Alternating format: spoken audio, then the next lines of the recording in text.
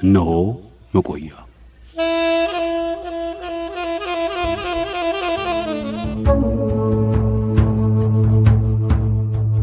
ሙሐሙሽን የክፉ ልማድ ሰለባዎች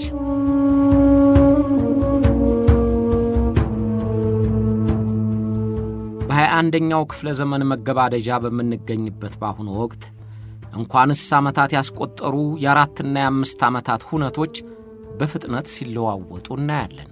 የሰው ልጅ የረቀቀበት ቴክኖሎጂ፣ የደረሰበት ማህበራዊ እድገት አዲስ ያኗኗር ሥርዓት እንዲከተል፣ አዲስ ያስተዳደር መዋቅር እንዲዘረጋ ያስገድዱታል።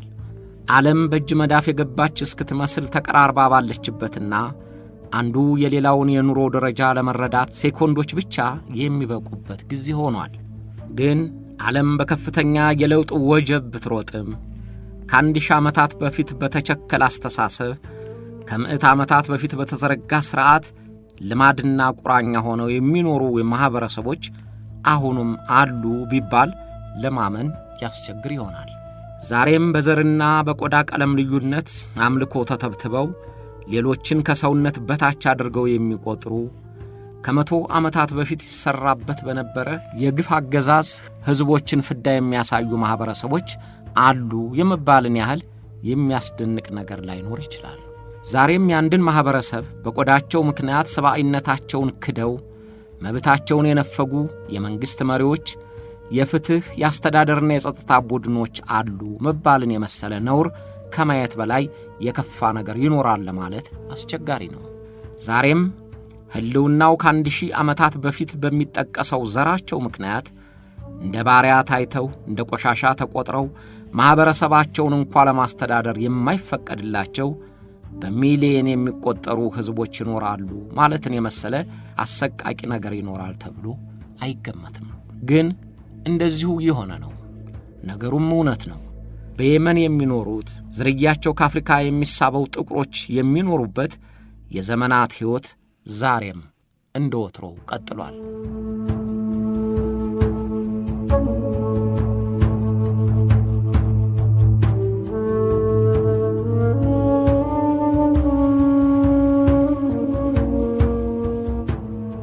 የሚጠሩበት ስያሜያቸው የበታችነታቸውን እንዲገልጽ ተደርጓል።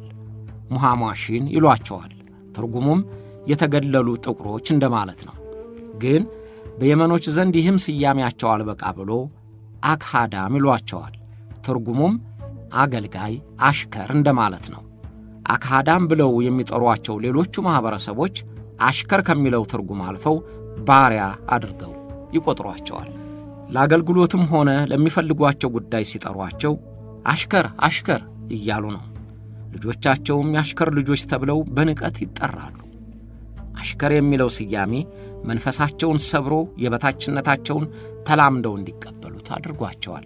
እነዚያ የተገለሉ ጥቁሮች በፍዳና በስቃይ መኖራቸውን ቀጥለዋል። እንደ ቆሻሻ በሚቆጥራቸው ማኅበረሰብ ውስጥ ዝቅተኛ ሥራ እየሠሩ ለሚኖሩበትና ለሚቆዩበት ቦታ ዋስትና ሳይኖራቸው መምሸትና መንጋቱን መጠበቅ ብርቅ ሆኖባቸው ይኖራሉ። እንደ ሌሎቹ የመናውያን ሙስሊም መሆናቸው፣ የአረብኛ ቋንቋ መናገራቸው፣ የየመን ዜግነታቸው ከከፋ ኑሯቸውና ከሚደርስባቸው እንግልት ሊያላቅቃቸው አልቻለም። በአትሪካት ምትረጥንጋ معنا شراخ لا احنا حاجه ونحن نشارع هون መንገድ እንጠርጋለን፣ ያገለገሉ ዕቃዎችን እንሸጣለን። ሌላ ምንም ነገር የለንም። ያለ ምንም ነገር የተተውን ሕዝቦች ነን። ፍትህ እንፈልጋለን፣ ግን ፍትህ እንደራቀነን። والله خدم على ناس حكم لا قبيلة ولا مفوقمية ما قالوا الطم الخادع هذا خادع معلش قال الخادع በፈጣሪ ስም እምላለሁ ሙሐሙሽኖች ምንም መብት የለንም። አንድ ሙሐሙሽን ከሌላ ሰው ጋር ቢጣላ ሌላው ማህበረሰብ በሙሉ ይከቡታል። ይሄንን አሽከር በለው ይላሉ። እኛን ምንም ዋጋ የሌለን አድርገው ይቆጥሩናል።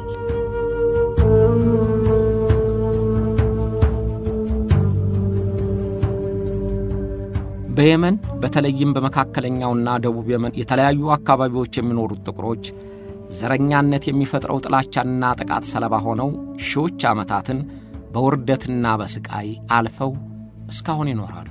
በየመን መኖር የጀመሩበት ጊዜ 1500 ዓመታት ያህል ተቆጥሯል። በእስልምና እምነታቸውም ሆነ በአረብኛ ቋንቋቸው በልማዶቻቸውና ወጎቻቸው ጭምር ከሌላው የመናዊ ተመሳስለው ምዕት ዓመታትን ኖረዋል። በቆዳ ቀለማቸውም ቢሆን ከብዙዎቹ የመናውያን የተለዩ አይደሉም። ግን የጥንት ዘራቸው እየተጠቀሰ በእነሱ ላይ የተለጠፈው አመለካከት ሲወርድ ሲወራረድ በመጣ ልማድ ዋጋ እየተሰጠው ከሰው በታች እንደሆኑ፣ ቆሻሻ ከመጥረቅ ውጪ ያልተፈጠሩ እንደሆኑ፣ ክብርና መብትም ሊያገኙ የሚገባቸው እንዳልሆኑ ይቆጠራሉ። እንደ ትላንቱ ሁሉ ዛሬም የዚያው አመለካከት ቁራኛ በሆኑ ማህበረሰቦች ይደቆሳሉ። የሙሃማሽን ወይም የተገለሉት ጥቁሮች ከሌሎቹ የየመን ጎሳዎች የሚለዩት የቆዳቸው ቀለም በመጥቆሩ ብቻ ነው። እንደ አብዛኞቹ የመኖች ሁሉ ቋንቋቸው አረብኛ ነው። እምነታቸውም የሱኒ ሙስሊም ነው። ግን በሌላው ማህበረሰብ ዘንድ የሚታወቁት የመናዊ እንዳልሆኑ ነው። እነዛ የተገፉ ማህበረሰቦች ዝቅተኛ ሥራ በመስራት እንዲያገለግሉ ነው ተብሎ ብዙዎች ተማርን የሚሉት ሳይቀር አምነዋል። እነዚያ ጥቁር ሕዝቦች ከየት እንደፈለሱና እንዴትስ ወደ የመን እንደሄዱ የሚቀርቡት ማስረጃዎች አከራካሪዎች ናቸው። የታሪክ ተመራማሪዎችም በጥናታቸው የተለያዩ አስተያየቶች አስፍረዋል።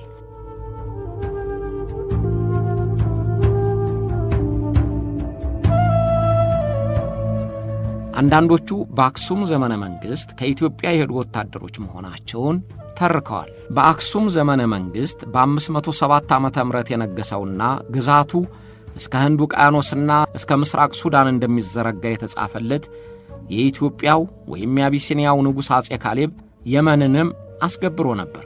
የእስልምና ሃይማኖት ከመሰበኩ በፊት ወደ የመን የተሻገረው አጼ ካሌብ በፐርሺያ የተቃጣበትን ጦርነት ለመቋቋም ሳይችል በመቅረቱ ሰራዊቱን ይዞ ወደ አክሱም ተመለሰ። ያን ጊዜ በአሁኗ የመን ደቡብና ምዕራብ አካባቢዎች ሰፍረው የነበሩት የኢትዮጵያ ወታደሮች ሳይመለሱ ቀርተው በዚያው ኖሩ ይላሉ። ምናልባት አሸናፊዎቹ ፐርሺያኖች ኢትዮጵያኖቹን እንደ ጠላት ቆጥረው እንደ ባሪያ ጨቁነዋቸው በመኖራቸው ይኸው ግብር ሆኖ ለዘመናት ተላልፎ እስካሁን ሳይደርስ አልቀረም ይላሉ።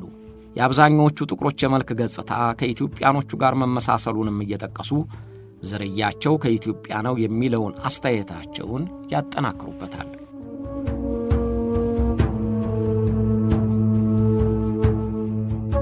ሌሎች ደግሞ ከባሪያ ንግድ ጋር ያያይዙታል።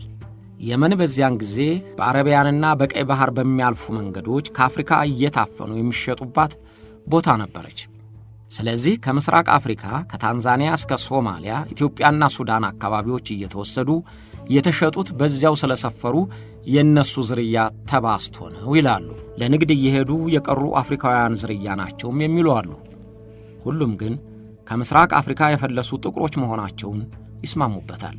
በማንኛውም መንገድ ወደ የመን የሄዱት ጥቁሮች ከ1500 ዓመታት በላይ ባሳለፉት ቆይታቸው የተገለሉና በዝቅተኛ ደረጃ የሚኖሩ የተናቁ ሆነው ቆይተዋል። የዓመታት ፍርርቆሽም ሆነ የመንግሥታት መቀየር እነዚያን ጥቁር የመናውያን ተገዥና ተጨቋኝ ከመሆን አላዳናቸውም። እንዲያውም ዓመታቱ በጨመሩ ቁጥር ያገዛዙና የሥቃይ ሸምቀቋቸው ጠብቆባቸዋል። ከፐርሺያ ጀምሮ በጎሳ መሪዎች ተመርተዋል። እንግሊዝ ቀይ ግዛቷ አድርጋ በሞግዚትነት አስተዳድራለች። የመን ነፃነቷን ስታገኝ በየመናውያን ተመርታለች። መሪዎች በተቃውሞ እየተወገዱ መሪዎች ተተክተዋል። የተገለሉት ጥቁሮችም በእነዚያ ሁሉ ሂደቶች በተሳታፊነት ጭምር አልፈዋል። ግን የሥቃይ ኑሯቸው አልተለወጠም። የአሽከርነትና የአገልግሎት ደረጃቸውም አልተሻሻለላቸውም። በሕገ መንግሥት የተደነገገው መብታቸው አይከበርላቸውም። ሌላው ማኅበረሰብ የራሱን ሕግ አጽድቆ በጥቁሮቹ ላይ ይፈርድባቸዋል። መብታቸውን ነጥቋቸዋል። የተፈጠሩት ለአሽከርነት ቆሻሻ ለማጽዳት ብቻ እንጂ ሌላ ሥራ ሊሰሩ አይገባቸውም ብሎ በመደምደሙ ስቃያቸውን አብስቶባቸዋል።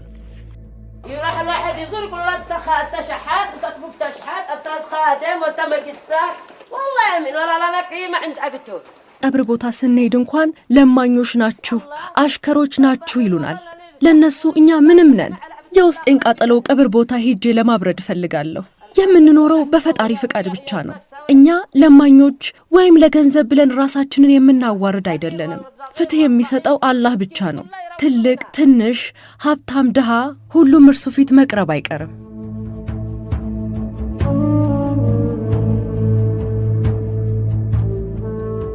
የየመን ሕገ መንግሥት ከሕገ መንግሥቱ የሚወጡት ሕጎች ሁሉ ማንኛውም የየመን ዜጋ እኩል መሆኑን ይደነግጋሉ። ሁሉም ዜጎች የመማርና የሥራ ዕድል የማግኘት ሰብአዊ መብታቸው የመከበር መብት እንዳላቸው ይደነግጋል። ግን ተግባራዊ እንዲሆን አይፈለግም።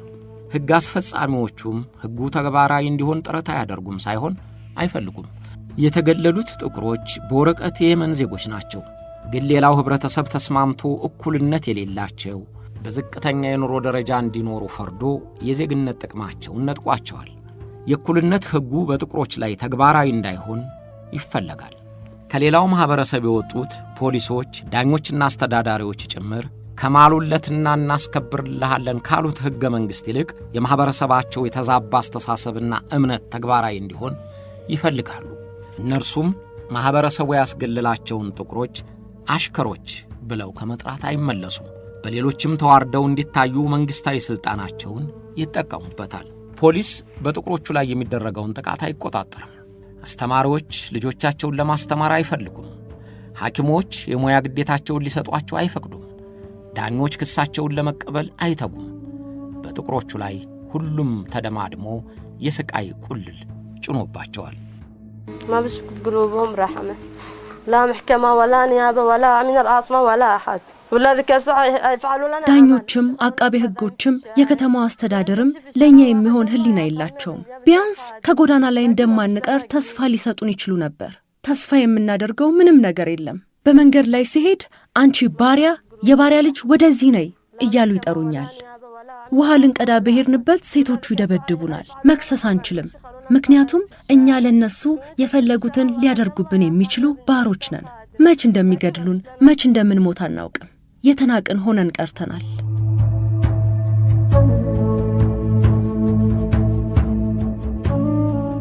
የተገለሉት ማኅበረሰብ አባላት የሆኑት ሴቶች ከሌሎች በተለየ ሁኔታ የግፍና የሰቆቃው ገፈት ቀማሽ ሆነዋል። እንደ ወንዶቹ መገለል ሳይቀርላቸው በተጨማሪ ይደፈራሉ።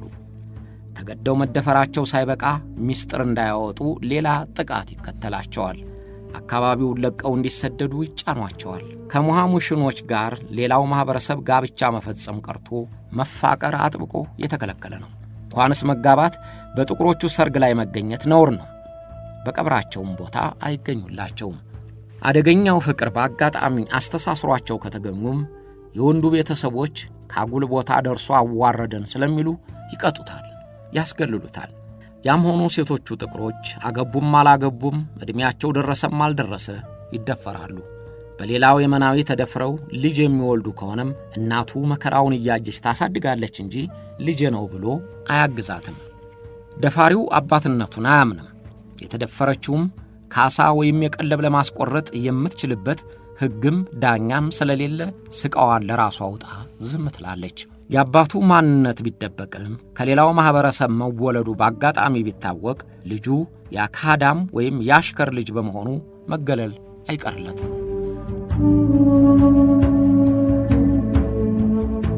አንዲት በገጠር የምትኖር ከተገለሉት ጥቁሮች አንዷ የደረሰባትን ጥቃት ለጋዜጠኛው ነግረዋለች። ነፍሰ ጡሯ ሙሐሟሽን በአነስተኛ መሬታቸው ላይ በሠሯት ቤታቸው ከልጇና ከባሏ ጋር ትኖራለች። አንድ ቀን ሁለት ወንዶች ተከትለው አስቆሟት።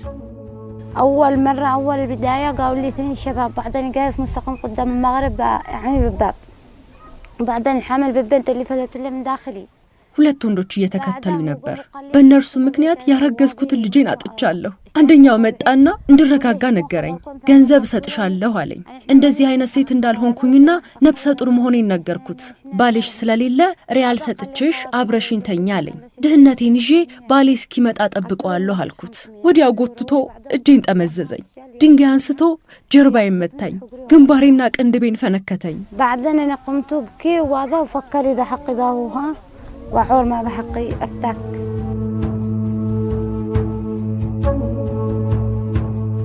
ሁልጊዜም እንደሚሆነው ጥቃቷን የምትፋረድበት ሕግ የላትም። እምባዋን ውጣ ደሟን አድርቃ ዝም አለች። ባለቤቱ አይሆነውን ሰምቶ ወደ ጎረምሶቹ ወላጆች ዘንድ ሄዶ ምን ነው መሄጃ ሳጣችሁ? ልጆቻችሁ ምን ይሁን ብለው ነው ደሃዋን የሚደበድቧት? የሴት ፍላጎት ካላቸው ሌሎቹን እኩዮቻቸውን ማግኘት እየቻሉ ደሃዋን ለምን ያሰቃዩታል ብሎ ስሞታ ተናገረ። ስሞታው አልተደመጠለትም። አሽከር ተብለው የሚጠሩት ማህበረሰብ አባላት ስሞታቸውን ማንም ዋጋ አይሰጥላቸውም። ስለዚህ አጌታችሁ ነው ወይ በሚል ንቀት ተጣሉት። ባሪያ አይደለችም ወይ? አጌታ ነው ቢሆንስ ምን ልታመጣ ነው ብለው ተንቀባረሩበት። የባሱን ልጃችንን ከተዋረደች ሴት ጋር እንደሚውል አድርጎ ስሙን አጥፍቷል ብለው ተጣሉት። ከአባሮቻቸው ጋር ማታ ቤቱ ደርሰው ሄደው የጎጆቻቸውን ጣራ ፈረሱት። ያን ዕለት ቤተሰቡ ሸሽቶ አመለጠ። ነገር እስኪበርድ ብለው ሌላ ሰፈር ወደሚኖሩ ዘመዶቻቸው ሄደው ጥቂት ቀናት ሰነበቱ። ነገር በረደ ብለው ሲመለሱ ጎጆቻቸውን ጨርሰው አፈራርሰው ቆዩአቸው። روحنا نحن بيت اجيتو قبت مقشي السقف يعني مبعود بعدها نحن جينا نخبر واضح ከዚያ በኋላ ቤታችንን አፈረሱት። ልንከላከል ስንሞክር ልጄን ፈነከቱት። በዚያ ምክንያት ልጄ አእምሮ በሽተኛ ሆነ። ባሌ ሊያስኖሩን ካልቻሉ ወደ ሌላ ቦታ እንሂድ አለኝ። ፍትህ ለድሃና ለደካሞች አትሰራ። ለጠፋው ቤታችንና ንብረታችን አንድም ካስ አልተከፈለንም። መሬታችንን ወስደውታል። ምን ማድረግ እንችላለን?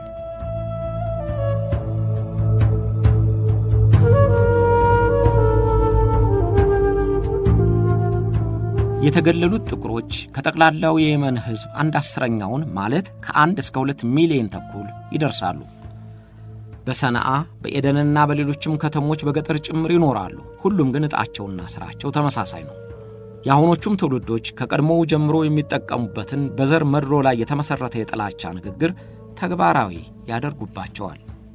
ሌሎቹ የመናውያን ሳህንህን ውሻ ቢለክፍብህ እጠበው፣ አካዳም ወይም አሽከሮች ከነኩብህ ግን ስበረው የሚል ምሳሌያዊ አነጋገራቸውን የአሁኑም ትውልድ ወርሶታል። ይህን በመሰለ ጫናም ጥቁሮቹ አፍሪካውያን ከፍ ባለ ድህነት እንዲኖሩ ተገደዋል። ሀብት አጠራቅመው ራሳቸውን ለመቻል የሚያስችል ንብረት የላቸውም። ለሌሎች ቤት ይገነባሉ እንጂ ለራሳቸው እንዲገነቡ አይፈቀድላቸውም። በገጠር የሚኖሩት በሰፈሩበት መሬት በሚሰሯቸው የጭቃ ቤቶች፣ አንዳንዶቹም በተራራ ጥግ በተቆፈረ ዋሻ ይኖራሉ። በከተማ የሚኖሩት አብዛኛዎቹ ወጣ ብለው ሲሆን ቤታቸው ከላስቲክ ወይም ከካርቶን ከፍ ካለም ከሳር የተሠራ ጎጆ ነው። 3 በ4 በሆኑት ጠባብ ክፍሎች ቤተሰብ ይኖራል። ተጨማሪ ቤት እንዳይገቡም ገንዘብ የላቸውም፣ መሬትም አይፈቀድላቸውም። ያንንም ቢሆን ለከተማ ልማት ሲፈለግ ተነሱ ይባላሉ። ካሳ አይሰጣቸውም፣ መሬቱም አይፈቀድላቸውም። احنا اول شيء حرقنا 3 مرات سووا الحرق ده قصبنا احنا نخرج من الارض صحاب الارض الناس شمتوا بنا وسوا بنا الذي ما يستوي ቤታችን 3 ጊዜ ተቃጥሏል። መሬታችንን ለቀን እንድንሄድላቸው ያቃጥሉናል። በሰው ላይ ይደረጋል ተብሎ የማይገመተውን ግፍ ይፈጽሙብናል። እዚህ የምንኖረው እንደ ስደተኛ እንጂ እንደ ሀገራችን አይደለም። ለ12 ሰው ትንሽ ጎጆ ገንብተን እንኖራለን። የምንጸዳዳው እዚያቹ ጎጆ ውስጥ ነው። የምናበስለውም ልጆቻችንን የምናሳድገውም በዚያቹ ጎጆ ውስጥ ሆነን ነው። ሽንት ቤት ወይም ጭስ ቤት ለመገንባት ብንፈልግ ገንዘቡን ከየት እናመጣለን? የመን ውስጥ የምንኖር የመኖች እንደነርሱ ሙስሊሞች ነን፣ ግን ቤት የለንም፣ መብት የለንም፣ የተናቅነን። እኛ እናከብራቸዋለን፣ እነርሱ ግን ያዋርዱናል። ልናወራቸው እንፈልጋለን፣ እነርሱ ግን ይጸየፉናል። نشاء احترام عرضنا ونشاء شرفنا ونشاء كل شيء ولا حاجة اللي احنا نتكلم. በተፈጥሮ አደጋ ቤታቸውና ንብረታቸው ከወደመም ለሌሎች ማህበረሰብ አባላት ቅድሚያ ሲሰጥ እነሱን ይረሷቸዋል። የዓለም ባንክና መንግስታዊ ያልሆኑ ድርጅቶች አነስተኛ ቤቶች ቢሰሩላቸውም ለመጠለያ የሚሆን ድንኳን ቢለግሷቸውም የተጎዱትን ጥቁሮች ሁሉ የሚያዳርስ አልሆነም። የተገለሉት ጥቁሮች ማህማሽኖች አልተማሩም፣ እንዲማሩም አይፈለግም። ስልታዊ በሆነ ዘዴ እንዳይማሩ ይገፋሉ። መጀመሪያውኑ በልቶ ለማደር የሚሳናቸው በመሆናቸው ልጆቻቸውን ወደ ትምህርት ቤት ለማለክ አቅም የላቸውም። ወዲያ ወዲህ ተሯሩጠው በሚያገኙት ገንዘብ ትምህርት ቤት የሚልኳቸውም ልጆች ቢኖሩም የማህበረሰቡ አስተሳሰብ የተጣባቸው አስተማሪዎችና ተማሪዎች ያሸማቀቋቸዋል። አንገታቸውን ቀና እንዳያደርጉ ቆሻሾች ናቸው እያሉ የልጅነት አእምሮአቸውን ይበጠብጡታል። ስለዚህ መማራቸውን እርግፍ አድርገው ይተውታል። እንደ ቤተሰቦቻቸው ሊፈቀድላቸውና ሊሰሩት በሚችሉት የጎዳና ጠራጊነት ሥራ ይሰማራሉ። ما نعمل لهن نقوم نحن من شارع قبا راعية كبار معاهن خبي ديانات معاهن حرارات معاهن ሕይወታችንን ለማቆየት ያገለገሉ ዕቃዎችን መሰብሰብ ነበረብን። ለኛ ያለው ሥራ ያ ብቻ ነው። ልጆቻችን አይማሩም፣ ምንም ሥራ አይሰሩም። ሁልጊዜም እንራባለን፣ እንጠማለን። የምንጠብቀው የአላህን ችሮታ ብቻ ነው።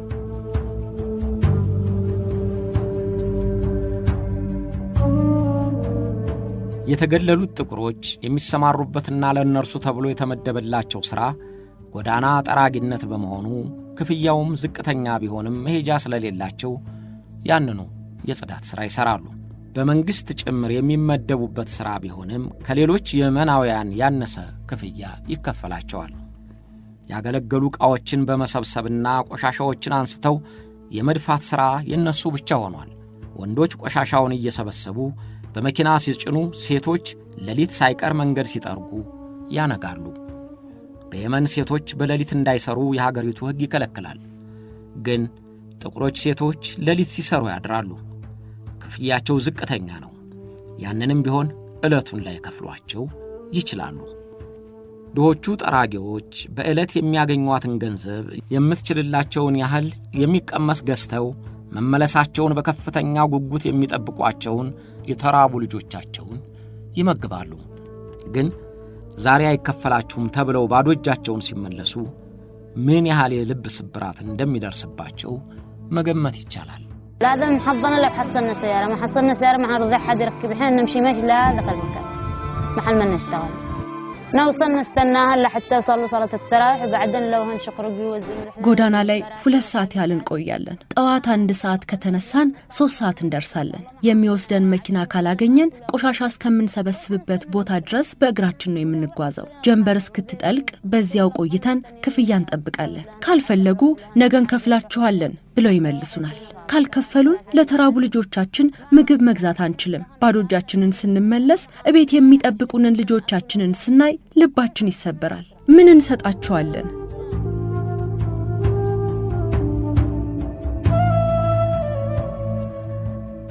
ሳዲህ ሐሲን በየመኗ ታዚዛ ከተማ ከእህቷና ከወንድሟ ጋር ትኖር ነበር። የምትተዳደርበትን የጎዳና ጽዳት ሥራዋን ለመከወን ከእህቷ ጋር እየጠረጉ ሳለ በጎዳናው ዳር ፍራፍሬ የሚሸጠውን ሰው ጋሪውን እልፍ እንዲያደርግላቸው ጠየቁት። ሰውየው ፍራፍሬውን በሚይዝበት ጋሪ ስር ያለውን አቧራ ለመጥረግ ያቀረቡለትን ጥያቄ አልተቀበለውም። እንዲያውም ሰደባቸው። የሳዲህ ሐሰን እህት ያን ዕለት የሆነውን ነገር ታስታውሳለች። بعدين كنا احنا في الشارع انا واختي بس في هذاك اليوم خرجنا في ربشة وهذا كان يعني في وقت شغل خرجنا አንድ ቀን ከእህቴና ከጓደኛችን ጋር አብረን በተራችን ስራችንን ለመስራት ከቤት ወጣን። ከጎናችን አንድ ሰው ፍራፍሬ እየሸጠ ነበር። መሬቱን እንድንጠርገው ጋሪህን እልፍ አድርገው አልነው። አላደርግም፣ እናንተ ባሮች፣ የባሪያ ልጆች አለን። ወንድሜ እዚያው ነበርና ተናደደ። ምን ልታይ ትላለህ አለው። ከዚያ መደባደብ ጀመሩ።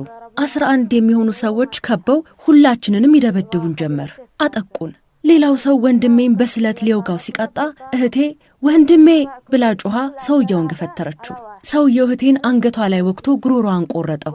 ራሷን ስታ መሬት ላይ ተዘረረች። ጠራችኝና መሞት አልፈልግም አለችኝ። ወደ ሐኪም ቤት ለመውሰድ መኪና ብንለምን የሚረዳን ጠፋ።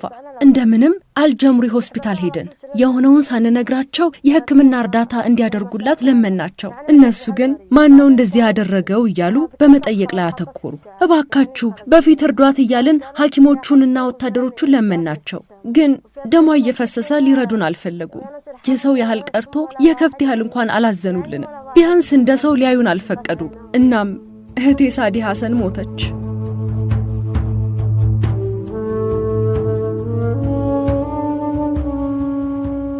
የሳዲህ ግድያ ለአካባቢው ሹማምንት ምንም ማለት አልነበረም። ለፖሊሶችም ሆነ ለአካባቢው አስተዳዳሪዎች የሳዲህን ሞት እንደ ቁም ነገር አልቆጠሩትም። ስለዚህ በግድያው ማንም ሳይከሰስና ሳይጠየቅ ቀረ። የሳዲህ ቤተሰቦች ማድረግ የሚችሉት በመቃብሯ ላይ እየተገኙ እንደ ሰዓት የሚበላቸውን ጥቃታቸውን በእንባቸው ጎርፍ ማዳፈን ነበር። ለእህታቸው ብቻ ሳይሆን ለራሳቸውም ያለቅሳሉ።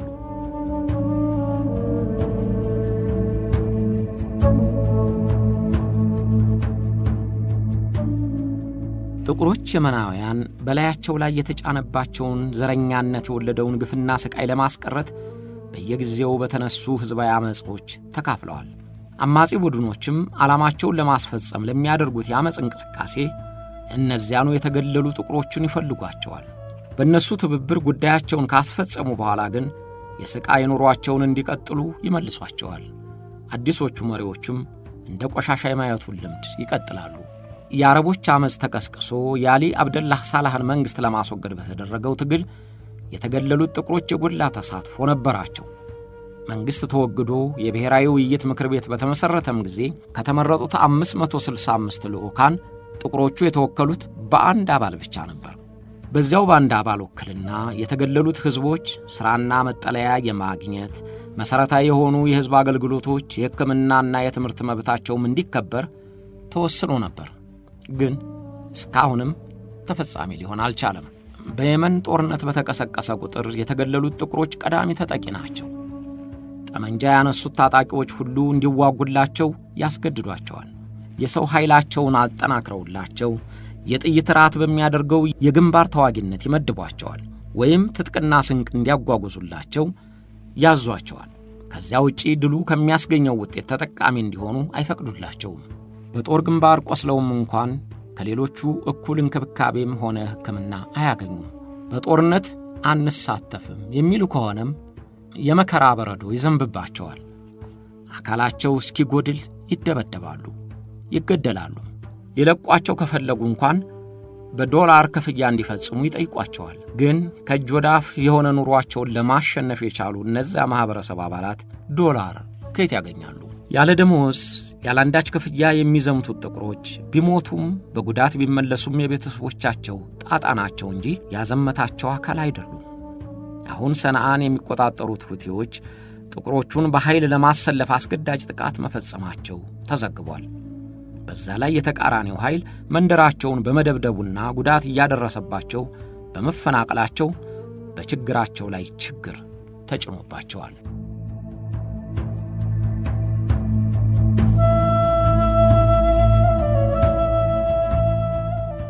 የተገለሉት የየመን ጥቁሮች አሁንም ከፍዳና ከስቃያቸው ሊገላግላቸው የሚያስችል ተስፋ ሊሰጧቸው አልቻሉም። ቆሻሻ ጠርገው ቆሻሻ ውስጥ መኖራቸው ብቻ ሳይሆን ቆሻሻ አድርጎ የሚቆጥራቸው አስተሳሰብ ክፉኛ ሰብሯቸዋል። ንጹሕ ውሃ ለመጠጣት የሚጎንጣቸውን ረሃብ የሚያስተግሱበት ቀን እንደሚመጣ እንኳን ተስፋ የሚሰጣቸው አላገኙም። የተባበሩት መንግሥታት ድርጅትና የሰብአዊ መብት ተሟጋቾች የመንግሥት ፖሊሲ አውጪዎችን በዘር መድሎ ለተገለሉት ጥቁሮች ሰብአዊ መብት የሚያስከብር ፖሊሲ እንዲነድፉ አሳስበዋል። መገናኛ ብዙሃንም መርዘኛ የዘረኝነት አስተሳሰብ የወለደውን ጥላቻ እንዲፋቅ ለህብረተሰቡ ቅስቀሳ እንዲያደርጉ አሳስበዋል። ግን እስካሁን መገናኛ ብዙሃኑም ሆኑ ሹማምንቱ ትኩረት ለመስጠት ያላቸው ፍላጎት በወጉ አልታየም። ሺህ ዓመታትን በስቃይ ያሳለፉት ጥቁሮች ሌሎች የመከራ ዓመታትን ከፊታቸው ተጋርጠውባቸዋል። አሽከሮች፣ ቆሻሾች የሚለው አጸያፊ ስያሜዎቻቸው የሚከስሙበትን ምልክት አልታዩም። በየመን ያሉት የሃይማኖት መሪዎችም የሰውን ልጅ እኩልነት በፈጣሪ ፊት ሁሉም እኩል መሆኑን ማስተማሩን የተዉት ይመስላሉ። እነርሱም የዚያው ክፉ ልማድ ቁራኛ ሆነዋል። ጋዜጠኞች ዜጎቻቸው አካላዊና መንፈሳዊ ሰቀቀንና ስብራት የሚያስከትለውን የዘር መድሎ ነውረኛነት ለመስበክ ሲተጉ አልታዩ። ለየመን ጥቁሮች አሁንም ተስፋቸው ፈጣሪያቸው ብቻ ነው። ኧረ ፈጣሪያችሁ በቃችሁ ባላቸው።